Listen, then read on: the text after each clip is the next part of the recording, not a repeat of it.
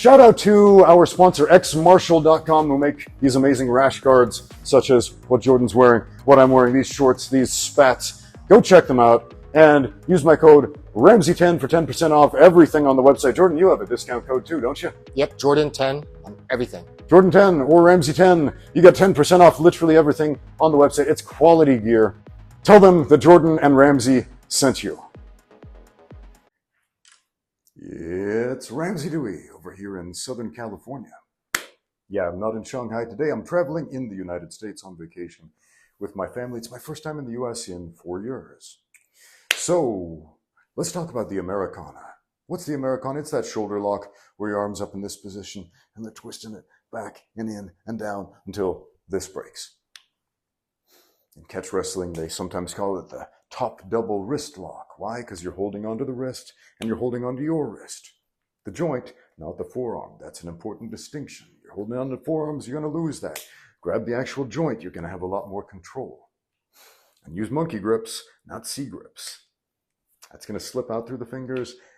That's going to stay, and you're going to push that into the floor and use the floor as the frame to prevent them from pulling their arm out. So, is the Americana a good submission? Most people would say yes. And most people are wrong about a lot of things, but are they wrong about this? It's one of the first submissions that's usually taught in jiu-jitsu classes, but is it a good one? You might be thinking, what's wrong with you, Ramsey? Of course it's a good submission. I catch the white belts in my gym with the Americana all the time. Okay? Well, let's look at UFC statistics. How many times has the Americana happened in the UFC? If it's so good, it must happen all the time, right? Must be a high percentage submission, like the rear naked choke. That's like over half of the submissions, or the guillotine. That's a lot, man.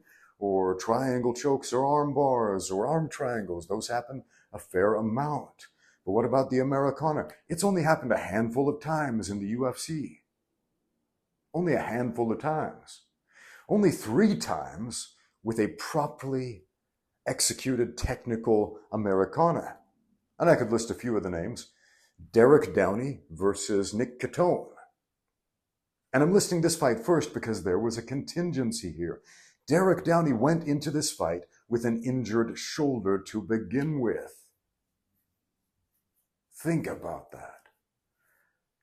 3 times the submission has happened technically and properly. There are a couple of times it's happened, well, a similar looking arm twist that wasn't technically an Americana. The UFC put out a highlight reel of every Americana finish in the UFC, and 3 of those were not the Americana. I'm sorry to say so, but whoever made that video is wrong. It's happened 3 times. And 1 time it happened against a dude who already had a shoulder injury. It's funny because every time a super rare submission happens in the UFC, everybody goes nuts like, whoa, this never happens. Look, the Korean Zombie did the twister. That's super rare in the UFC. Whoa, this guy did the, I don't know, the whatever flying upside down twisty thing. And whoa, that's never happened. But nobody freaks out when the Americanas happened. Because they learned it at the gym. They expect it to be common. And the fact of the matter is, it's not at the high level. Why not? Why don't we see a bunch of Americanas in the UFC? Well, for the simple reason that it's not a high-level submission. Meaning, if you're in position to do an Americana, there are basically 3, 4 positions where you can do an Americana effectively. Side control, full mount, side control bottom. I got a video about that if you don't know what I'm talking about. And standing. Unless somebody's moving like a slow motion zombie coming at you like this with their arm in that position, that's going to be hard to get. You can force it to happen against a smaller, weaker opponent, or someone you catch by surprise, but nobody in a cage fight is surprised that they're in a cage fight. From bottom side control, man, that's like a move that you use to style on the white belts. It's hard to catch people who are good with that. From the top. Okay, that's where most of you know this submission from side control and mount. If you're going from mount, there's a certain problem there because now you've tied up your posts onto one arm. And if he starts to bridge, you've got to let go. Otherwise, you're stuck on the bottom. Now you're in guard with a goofy arm hold, and you can swing around and maybe get an armbar or something like that, but most likely you're going to lose that grip and it's going to turn into a big nothing sandwich. How about side control? That's probably the most effective position to set it up from. And that's the position where we've seen it from the most in the UFC. What else can you do from side control in the UFC? Well, a lot of things. You can do lots of damage from side control in the UFC because you can hit the guy. Now, hitting the guy in side control opens up certain spaces. And so it's often in your best interest to advance to mount from there or work into a cradle from there.